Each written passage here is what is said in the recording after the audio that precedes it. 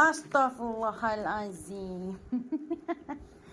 Macam mana nak cantikkan rumah macam gini, Mochi oi. Sibuklah. Orang nak beriah dia pun nak juga. Jangan. Mochi janganlah.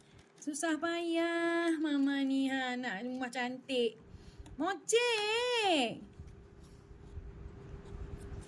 Cik jangan Cik, tolonglah.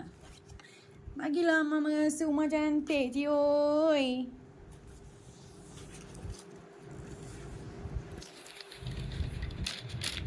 Ya ampun.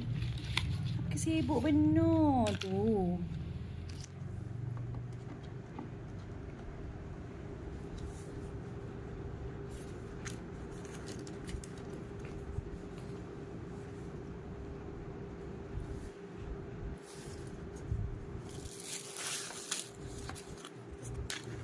Mochi, boleh tak? Jangan usik.